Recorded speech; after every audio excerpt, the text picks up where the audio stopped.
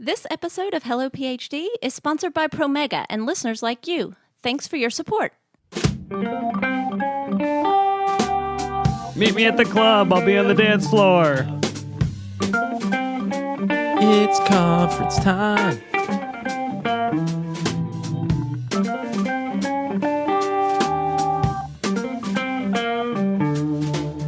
Welcome to Hello PhD, a podcast for scientists and the people who love them. This week, we share some pro tips for making the most of a scientific conference. Stay with us.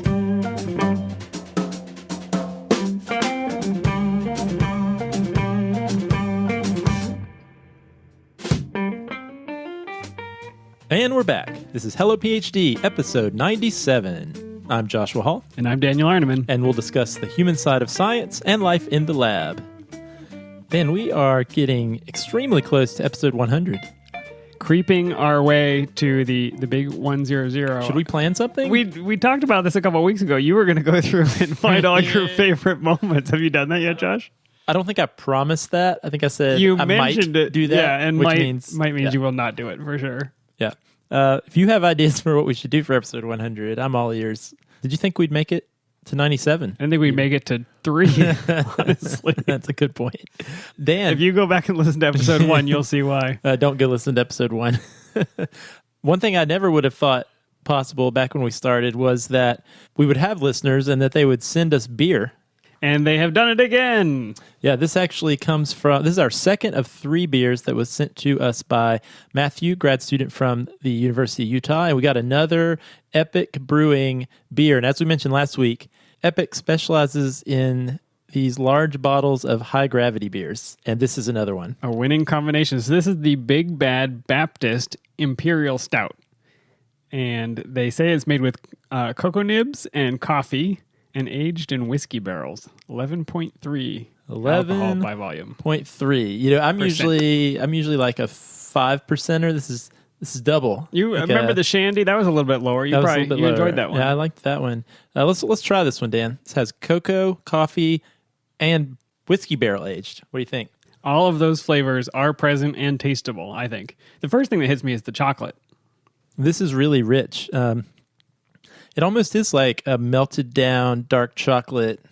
Like if you get a hot chocolate from a place that makes really good hot chocolate. Yeah, exactly. Where it's sort of that bitterness of the chocolate, but it's thick. And the higher alcohol, I think, either brings out or makes me think about whiskey. They say that it's aged in whiskey barrels, but I think that combination of the flavor and then the higher alcohol level, this is not one to drink with dinner, I don't think. Or on a Sunday afternoon before lunch, which is what we're doing right now. Not a great idea. Poor planning. But this is really delicious. You know, I'm thinking this would be awesome with a little dollop of whipped cream on top. You cannot put whipped cream on beer. Don't you think that'd be delicious? Have you ever had whipped cream on beer? You probably have. Yes, you have. Yeah, I have my birthday get-together every year at a local growler filling station near a house. Dan, you've been? I haven't. I think I watched you drink this particular beer. Yeah, and the owner of Growler Girls in Durham, North Carolina, is kind enough at the end to give me a little 4-ounce pour of a beer similar to this with some whipped cream on top. Pretty good. I will have to take your word for it. I don't think I could do it. Well, we didn't adulterate this beer, but again, a thank you to Matthew for sending the beer in, and to show our thanks, we are going to answer his question on the show today. Coming up soon. We have some other people to thank, though, don't we, Josh? We sure do. So we have a new Patreon patron. Big thanks to Andrew, who joined our growing group of Patreon sponsors. Thank you so much, Andrew. And we also have to thank Promega. Their message to us this week, Josh, is about PCRs. You've done some PCRs in your day? Yeah, I don't even know how many PCRs I've done. Lots. And they all went perfectly, didn't they?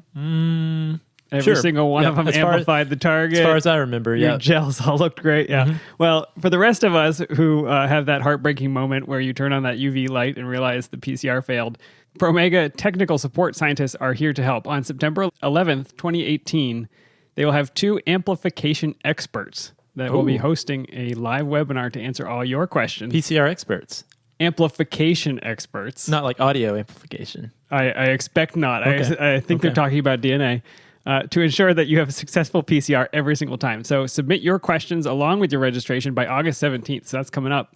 and you'll have a chance of hearing your question answered during the presentation. Just go to promega.com/hellopcr. Oh, I see what they did there. What they did there, yeah.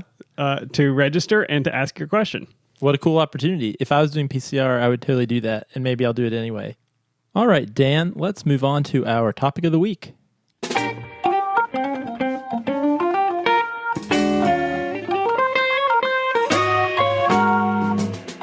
The question this week, Josh, is about scientific conferences, and it came from Matthew, who was kind enough to send us this delicious beer we're drinking today. He says, how can you be effective at conferences? I usually make it to 1 or 2 conferences a year, and the first time I went, I had no idea what to do, where to go, how to plan to see what I should be seeing, let alone finding time to properly network. For students who have an absent PI, this can be daunting, particularly if you are presenting papers and posters as well. And basically, I thought this was a great question because all of us go to conferences, even those of us who are not scientists. So I thought I would love to learn more about the right way to attend these conferences and to get the most out of them. This is an awesome question, and I can't believe that we have gone 97 episodes and have not talked about this. It's pretty topic. impressive, yeah.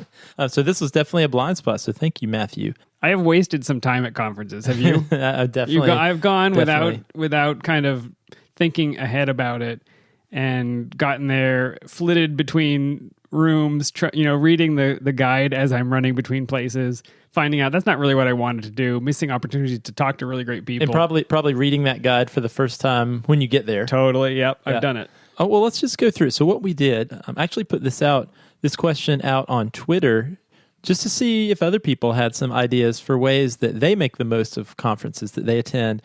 And wow, I was blown away. We got some great advice. Crowdsourced.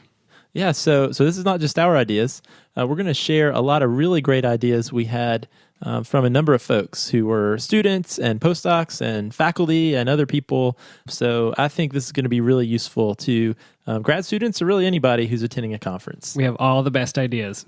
Here they come. Here they come. And very few of them are ours. Yeah, and here's where, to me, I think this is the most important piece to state, that this process starts before the conference. I just mentioned that sometimes I show up and run around. That's not the way to do it, because you can actually do some work in advance before you go to the conference. Yeah, so let's talk about that. Let's talk about some work that you can do before you even go to the conference. First thing I think you should do is to think about which conferences you're attending, which ones you want to go to. You're going to have the opportunity to go to a lot, I think. And not all of them are going to be worth your time. Is that your experience, Josh? Yeah, and Dan, I know something, a term that you know quite well is that of opportunity cost. Yeah, that's a good one. And so I think what you want... pay something to go there. Yeah, it is going to cost you something to attend that conference, and not just cost in the money it takes for you to fly there or stay in a hotel, but the time. You're going to be spending several uninterrupted days at this conference. And so ideally, you want the value gained from your time attending this conference to exceed the value of what you could have done by not attending the conference. That's right. And Dr. Steph Davis points out that you can find out whether the conference has opportunities specifically for PhD students and postdocs. And if they are catered to those levels of training, then you can probably get more out of it than if it's just a general conference that maybe doesn't have a lot of extra networking time or opportunities for students. Yeah, and I think once you've decided, you know what, this does look like a conference I want to go to, and there is a place for me, it's going to be a relevant experience for me as an undergraduate, a grad student, a postdoc. A lot of people responded how important it is to make a plan before you go. And so I think once you've decided it's a conference you want to go to, set some goals for what you hope to accomplish there. Getting out of the lab for a week? Goal 1. Goal 1. Mission check. accomplished. So Alex Danis said to set a conference goal, like ask a question in a session, giving a good talk, or maybe handing out 5 business cards. I find that I feel more accomplished and do more work than if I have a vague idea like quote unquote network. That's right. You're going for a reason. If you are a student, you're probably going to learn something or to meet people. If you're later, maybe in your career, you want to go present a poster, you're going to meet an existing collaborator. Maybe you're at the postdoc level or you're about to be and you want to go find a new job. You need to talk to vendors to buy something or sell something. There are a lot of reasons to go to a conference, and understanding up front what it is you expect to get out of it other than a week out of lab is going to be really helpful for doing the next steps, which are basically making a plan for how are you going to use your time at this conference. We had a suggestion from AJ Reisinger, and he said that he learned the 3-2-1 rule at a conference that he went to this year, and that was to try to meet 3 new people, try to reconnect with 2 colleagues, and then leave the conference with 1 new actionable project. Or that could even be something like maybe ask 1 question during a session if that's something you're not very confident in doing. That's great, and then he can check back over the course of the conference, and then at the end to find out how have I done on my particular goals that I've set. Exactly. So I think a big advantage to going to a conference in the first place is that you get to actually meet and interact with some people who are interested in similar things as you that you normally wouldn't get to interact with on your own campus. But with a lot of conferences, there's a lot of people there, so it's not like you can just kick the door open, walk in, and all those people you really were hoping to meet are going to just bump into you. Tens of thousands. Yeah, it can be really big. Yeah. They're not just sitting at the bar next to you and oh, hey, I was hoping to run into you. So a lot of people mention the importance of really planning that out by reaching out to people you want to connect with before you even go to the conference. Right. So if it's a conference in your field, it's a cell biology conference, for example, you may be able to expect that a certain PI is going to be there. And if you wanted to meet that PI because you wanted to either collaborate or you wanted to work in their lab, you can email them in advance and say, hey, I'm going to be at the ASCB meeting. Will you be there? And if so, can we get together for 15 minutes for coffee? Can we go to dinner? Can we, whatever it is, I'd like to talk to you about a postdoc, or I'd like to talk to you about this project I'm working on. And I think most of the time people will carve time out of their schedule to meet with you, no matter what level you're at.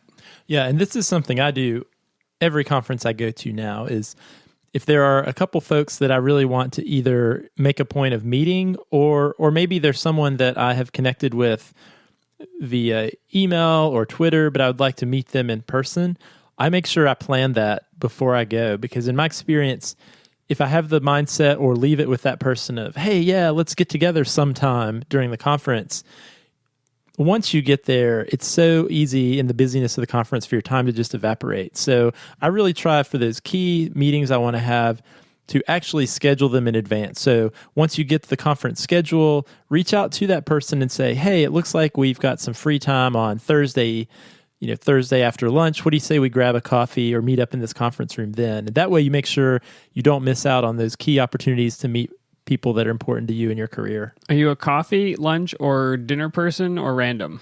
I tend to, I think it depends on the person. Meet me at the club. I'll be on the dance floor. I think it depends on 2 things. I think it depends on why I want to meet them. So do I want to just meet them and say hello? And in that case, maybe it's, I'll stop by your booth. Are you going to be at your booth at this time? Or I'll be here at this time. Your poster. Or here's my poster. Come by. Or if it's a colleague or someone that I hope to potentially establish a collaboration with, that's a little more involved conversation. And if they're sort of on an equal sort of career status as me, then in that case, I might suggest even a coffee or a lunch or grab a beer in the afternoon. If it's somebody that is someone sort of above me on the chain, I don't usually reach out to, hey, let's have a nice romantic dinner tonight. Then I might say, I know you're very busy. I try not to impose too much of their time. Does that make sense? Yeah, it does. You kind of fit the meeting space to the thing that you need to accomplish. So if you have a poster and you just want to tell your 5 colleagues in this other lab that you work with, they can stop by any time. And if there are a lot of people around, that's okay. It's not a big deal. You can kind of talk to everybody. But if you need to hammer out the details of a grant proposal or a collaboration, you can't do it while standing with 5 people watching you. So it's just matching the need to the venue. That's exactly right. And we had a great suggestion from Megan Lynch. And what Megan said was start following the listed guests who have Twitter accounts before the conference.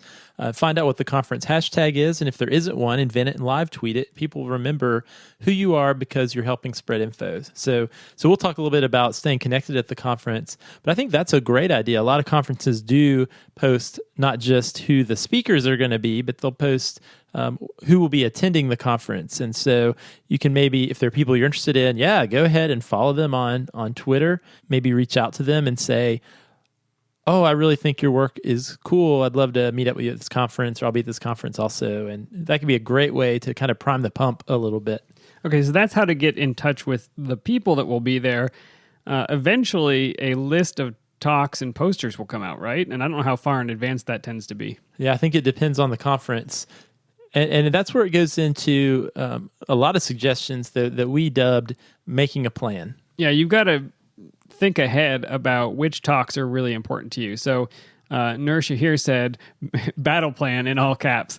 Battle plan. Yeah, you can't do everything, but have a list of panels, talks, posters you definitely want to attend and see when and where they are. Because if you don't have that plan in advance, you're going to do what I did, which is miss something you really wanted to see. Yeah, this is something that I definitely do now is if I get that conference program, I'll break out the pen or the highlighter and circle on the schedule. These are the things that I want to make sure I go to. And then I will actually look at that maybe before bed, the night before, or even important things I'll add to my calendar. But it's important to note too, these days, a lot of meetings, especially bigger meetings, will have a conference app. Yeah, definitely. And a lot of those that are worth their salt make it very easy for you to star a certain session, and it will even automatically import that into your schedule. So you can just pop that up and see all the things you want to go to and what rooms they're in. So definitely take advantage of that functionality ahead of time if there's a conference app. Now, Annette McCarthy said, don't try to make individual talks, plan around the sessions. Otherwise, you'll miss the talks trying to get between rooms. You've been to these conferences, Josh, where they have a panel discussion or a group of maybe 15-minute talks back to back to back. And I've done exactly what she says not to do, which is I try to catch the first talk in this room and the third talk in that room, and you're running back and forth. What are your thoughts on that one?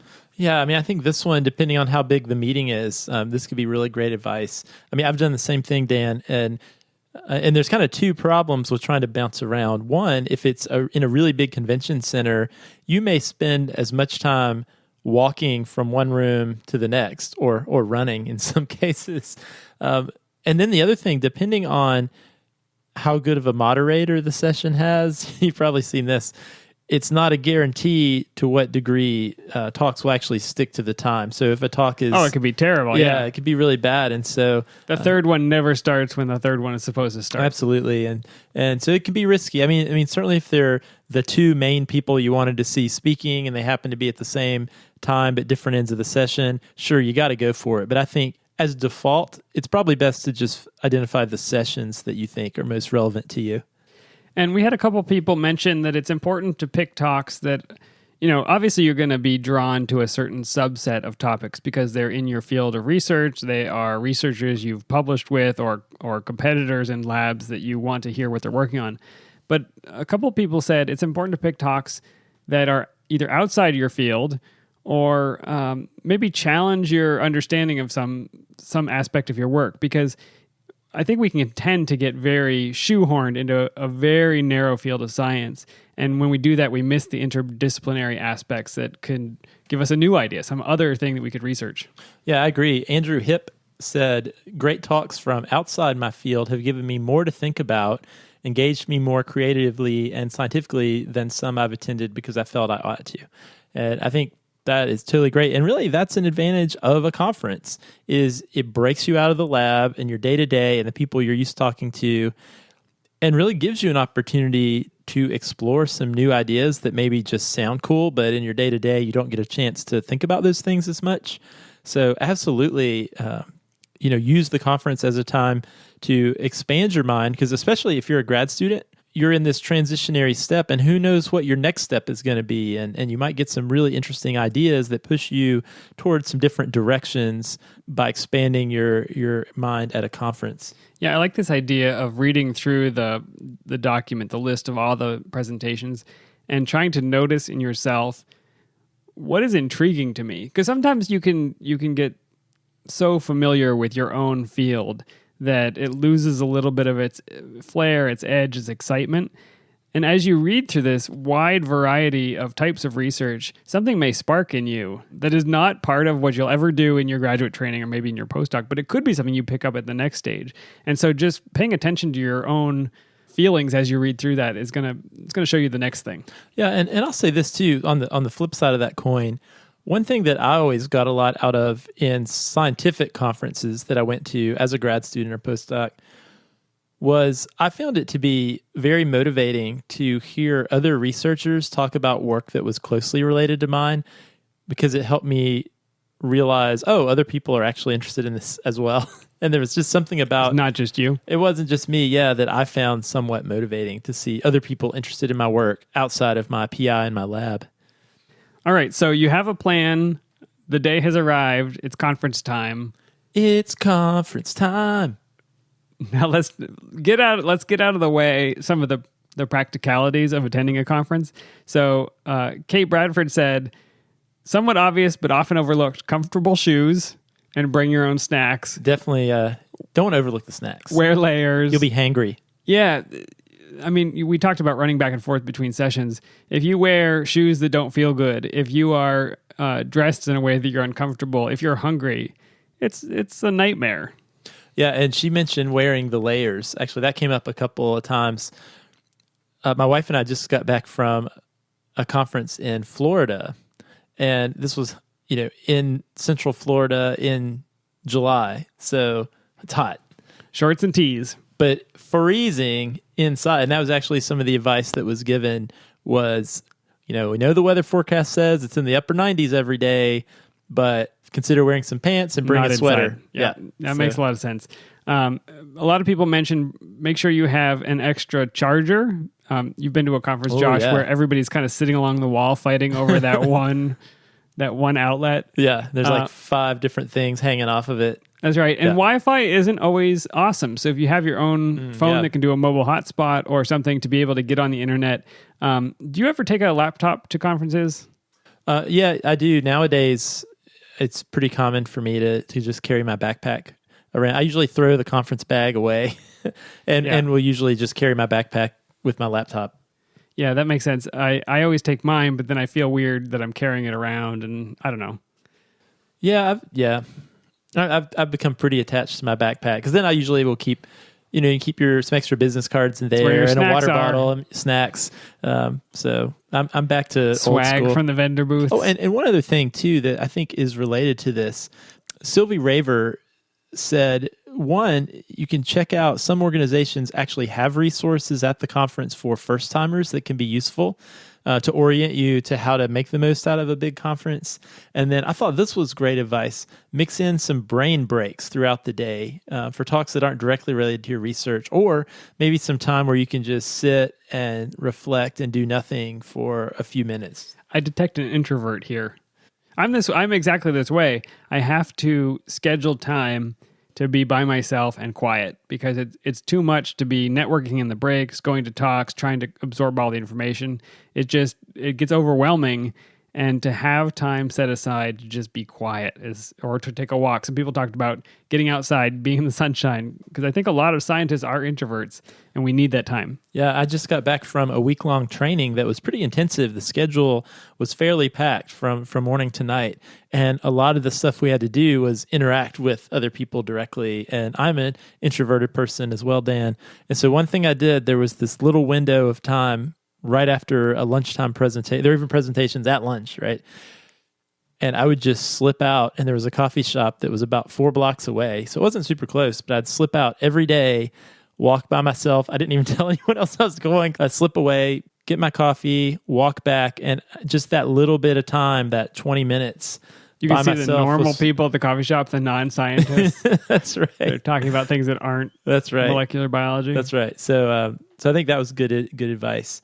And I think the last thing Sylvie said is, just in general, to wrap this up, is make sure you incorporate healthy routines and things you would do at home that help you to feel healthy, whether it's eating a certain way or exercising, getting some fresh air, normal eating and sleeping.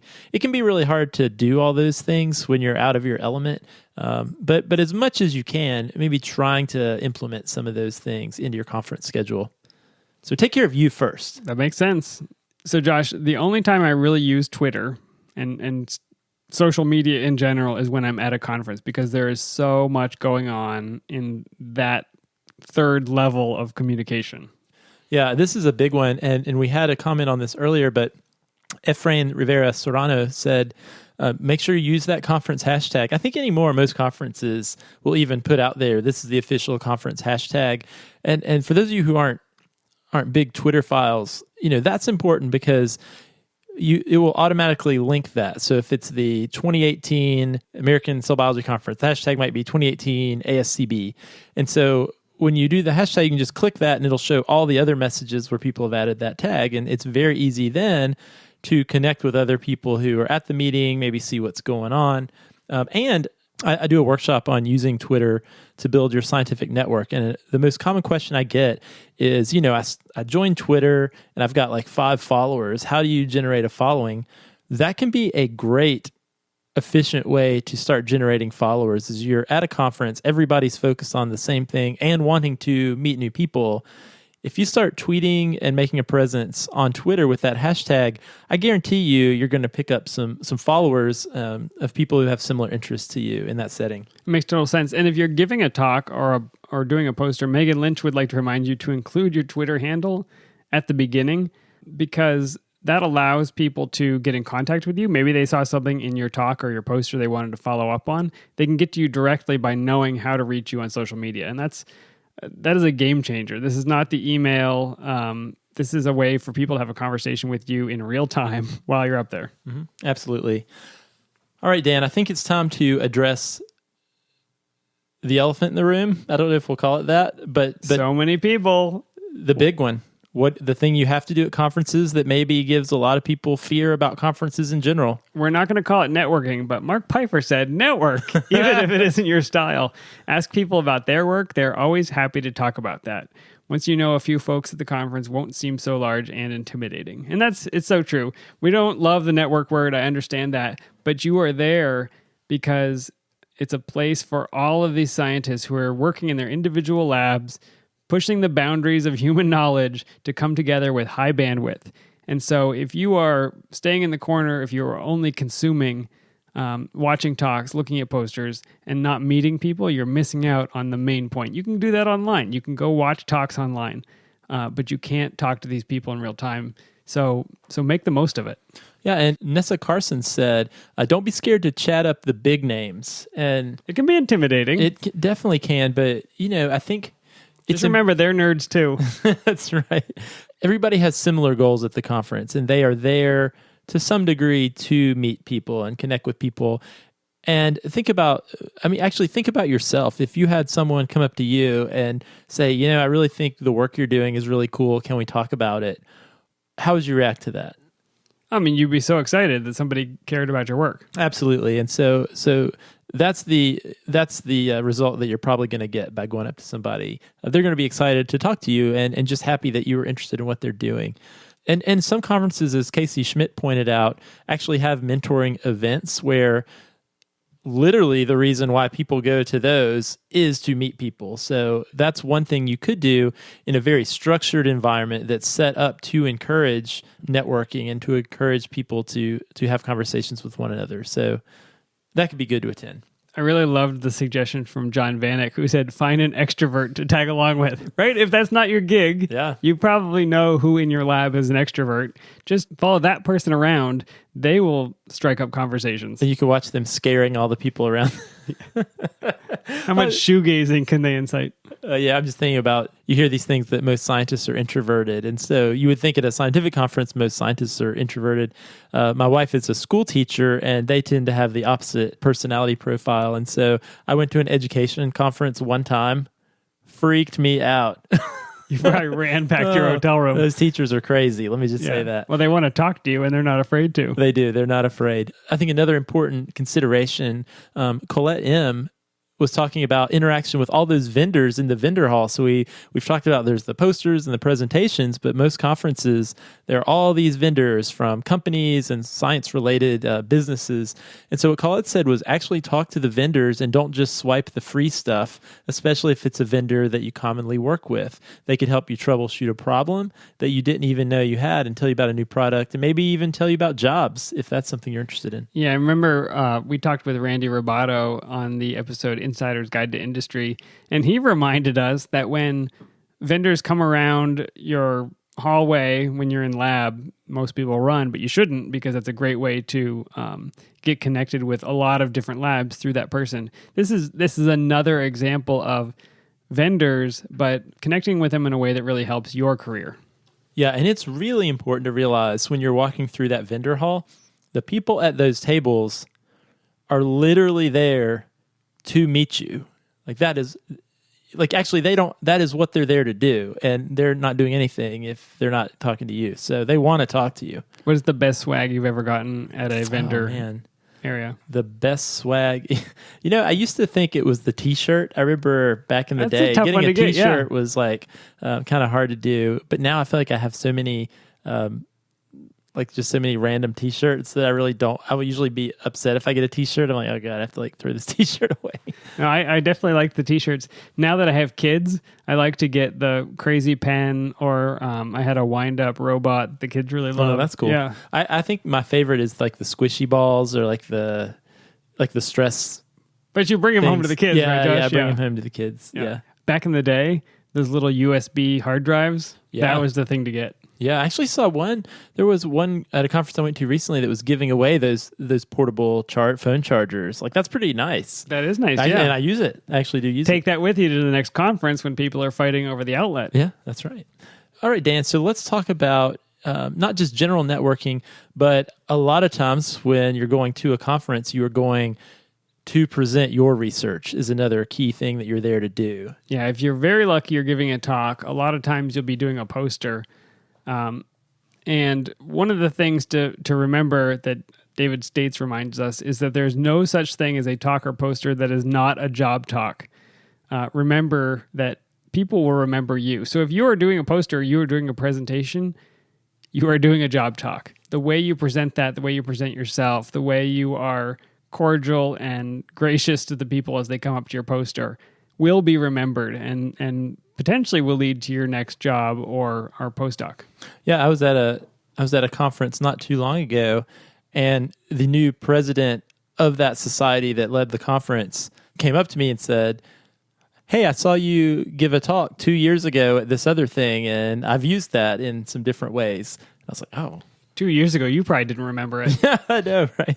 And Sally Aiken said something that I think is important, not just for if you're giving a poster, but in general when you're meeting people.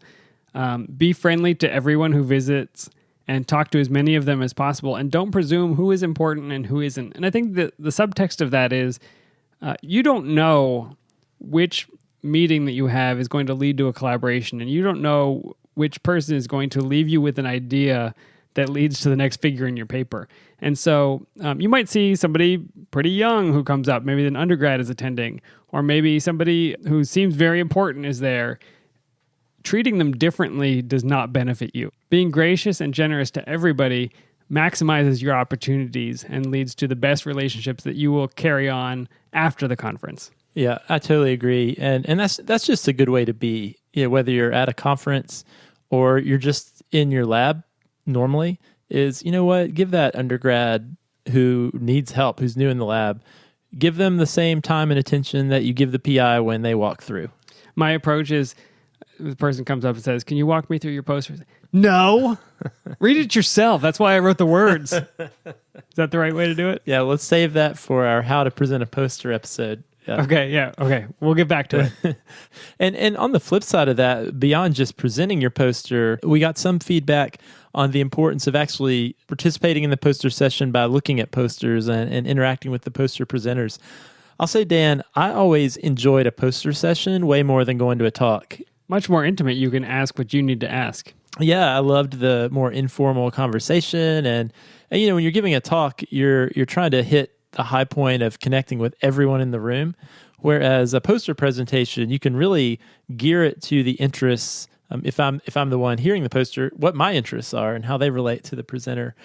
And so one thing that we got some advice from Glenn Pyle was walk through the posters ahead of the poster session, or maybe even read the titles of them ahead of time and choose the ones you're interested in and target them during the poster session. It can maximize your interaction time. Basically, go before the presenter is there, so you have the chance to look over the figures, decide whether you really want to interact, and you'll have an idea before you go back during the scheduled time. I think typically they schedule a time for you to be at your poster. Is that right? Mm-hmm, that's right. And depending on the conference, some conferences, you literally set your poster up when it's your time to present, and then you take it down.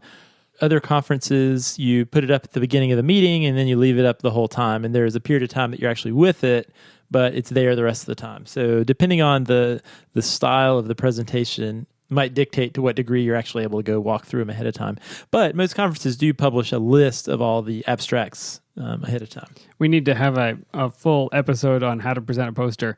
But Mike Kaspari had some great notes. He said, even the worst talk can teach. So record in your notebook. I will not ... So if you're watching a talk, if you're looking at a poster, take with you a notebook or on your laptop and build a list of practices that you saw somebody else use that maybe you don't want to use in the future, and review it the next time you're giving a talk or doing a poster. I think that's a great advice. Yeah, I guess you want to write that down after you walk away from while you're there, just say it out loud. This poster is terrible. Never be like this person.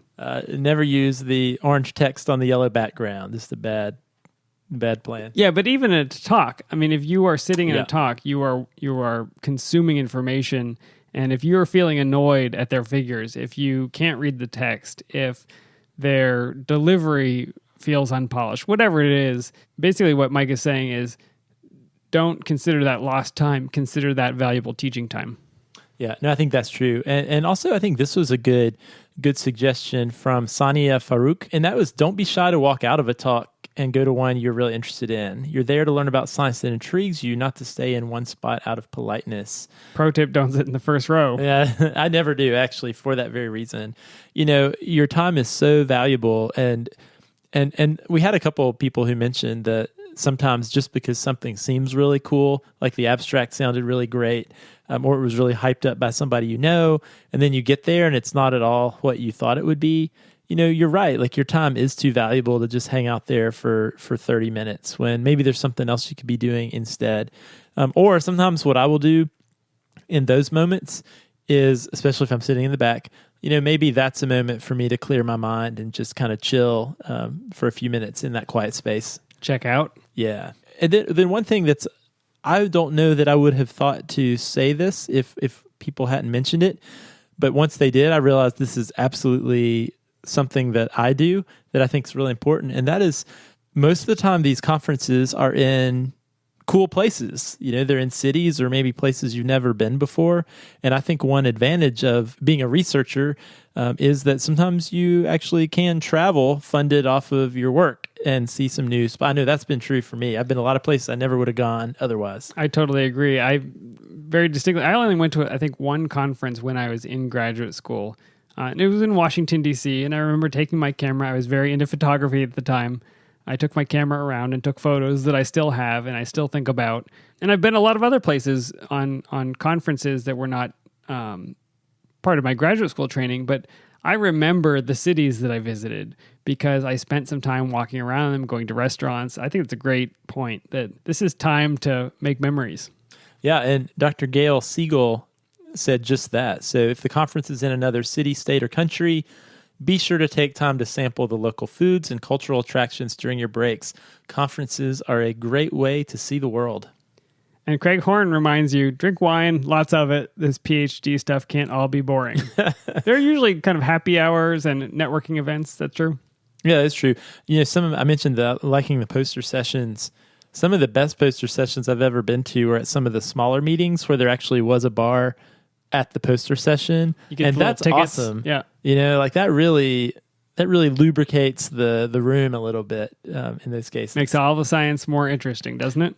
It sure does. And I'll say to Craig's point, one thing that I often do when I go to a conference in a new city, or I guess if I go to a new city in general, is one way that I kind of see the place is one of the first things I do is I usually look up where are the local coffee shops and where are the local breweries, because almost every city these days has both.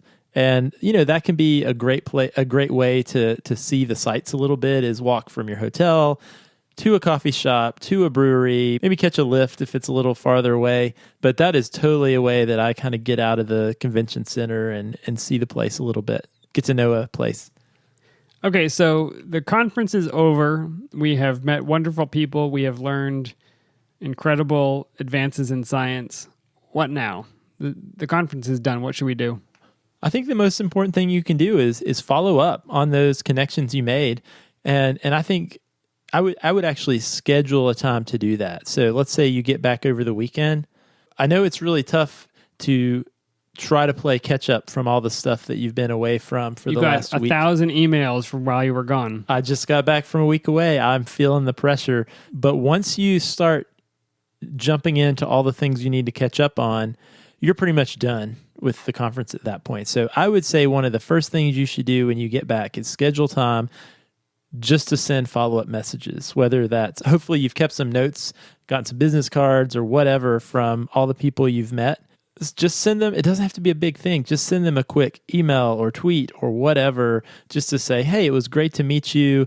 If it's something that you're hoping to establish an ongoing connection, maybe that would be a time to say, hey, let's go ahead and get on the calendar a time that we can have another conversation, maybe a month from now or whatever. But send those follow-up messages as soon as you get back. And this is a great time to go back and assess your success on your goals. Did you meet the people you expected to meet? Did you ask the question in the session you expected to ask? All the things that made you go to this conference that you hope to get out of it. Look back and say, did I do them? And if I could do it over, what would I do differently? And maybe jot those notes down in your notebook so that the next time you go, you'll do a better job. I want to say one more thing related to this follow-up and why it's important. Especially, I think, potentially sending follow-up emails. So if you're a grad student specifically, or a postdoc, and you're one of your connections made were with faculty or professionals of some way, and you want them to remember you, I think it could be so critical to send that email, because I know myself, I meet a lot of people, and my memory is very bad at remembering names, especially. I can usually remember faces, but myself, and I know a lot of faculty. Twitter handles, you're good at those. I am good at Twitter handles. Once you send me an email, it's locked in. Like, I can easily search for you and find you and your name and remember that interaction we had. So I think that could be one advantage to at least getting in somebody's inbox, is it kind of like stamps your presence in there in a searchable way for the future. So when maybe 2 years down the road, you're interested in that faculty member for a potential postdoc, and you can say, hey, I really enjoyed meeting you at the so-and-so meeting a couple of years back. If they can look you up, be like, oh yeah, like that jogged my memory a little bit. I think that can be an important reason to follow up, specifically via email. A couple of people mentioned bringing business cards, which feels a little weird to me for scientists. Josh, what do you think about cards or some handout that allows a person to remember they met you? I have business cards, and I will use them. But you are a professional academic person. So what about a graduate student? Have you had graduate students bring you business cards, and how do you feel about it? Okay, here's the truth. And I will say this is my truth. I'm not speaking for all people. I definitely have students who give me business cards, and I almost always lose them or throw them away. Usually because they're in my jacket pocket, and then like 6 months later, I do something else, and then I throw them out. However, like I just said, actually, if you email me, I will remember that, and I will have that forever. So to me, the business card exchange can happen, and maybe that's good, but the most important thing you can do is to follow up with someone. So if someone gives you a business card and you wanted to follow up with them, that allows you to email them later and to be in their inbox. So that's an appropriate way to use a business card. Mm-hmm. Yeah, absolutely. It just makes it easier to find and in a lot of cases, remember their name, because if I just meet you at the meeting and sure you've got your name badge on, but then I talk to 100 other people that day, I might remember, I had this really awesome conversation with this guy from North Carolina. God, what was his name? And then I'm lost, at that point, unless I know some other identifiers about you. So a thing that I will usually do is, we should have said this too, but keep a pen on you. Yes, keep a pen. And a lot of times the name badge will have like a little place that you can put a pen. Do that. And actually, it usually has a place. That's a good place to stash your business cards too. By the way, Pocket protector for that name badge pen. Sure. But I will usually, if it was a really interesting conversation that I want to follow up on, I'm super forgetful, and so I will jot down just a note on your business card, Dan. On the back, yep. Oh, this guy really wants to start a podcast about graduate school. I do too. And so I write that note on your card so I can remember when I get home. And put it in the shredder. And then forget about it for 4 months. What a stupid idea. Put it through the laundry in my pants pocket. That's happened before too. Yeah, that's great. Though taking notes about what you discussed with that person, maybe after they walk away, a little weird if you do it while they're standing there, but it will help you remind, because you'll get 50 business cards and trying to figure out which one of the ones is the person you wanted to collaborate is impossible after the fact. Yeah. And I put my Twitter handle on my business card, by the way. But I would say, and we got some things about the Twitter handle that we talked about already. Only do that if your Twitter handle is a good representation of yourself as a professional. So again, I think the most important thing with using Twitter professionally, which I think is really great to do, is have a dedicated Twitter account to your professional life. Because what you don't want to do is shoot yourself in the foot by putting your Twitter handle out there, but then you've got like a lot of your weirdo habits, which I have too, a lot of your weirdo hobbies. Yeah, don't do that. So only do that if you have a Twitter account for your professional life, which you should, I think. All right, Josh. Hopefully that helps Matthew as he attends his next conference. Hopefully that helps everybody who listened as they attend the next conference. If you have some ideas, if you have some tips, we will post a link to our Twitter crowdsource conversation so that you can get in on that. You can share those with us, podcast@hellophd.com, or find us at hellophd on Twitter. All right, Dan, this was great. Wow, that was a lot of information. So much. If I hadn't have just gotten back from a conference, I would be really eager to go out to a conference. Well, you said they happen all year long, right? So they do, yeah. So the next one is probably coming up.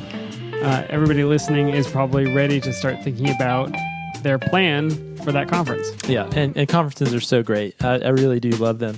Also want to point out too, this topic was based on our listener question, and so if you have a question or topic idea, we'd love to hear that as well. You can email us at podcast@hellophd.com, send us a tweet at hellophd, or you can leave us a message on our Facebook page. If you like the show, feel free to leave us a review on iTunes or your favorite podcast app. We certainly love the feedback. If you want to support the show, you can become a patron. Simply go to our website, hellophd.com, and click on the Become a Patron button, or you can visit patreon.com/hellophd. We would appreciate the beer money. Thanks to the ongoing support from our patrons. All right, Josh, we will see you soon. See you soon, Dan.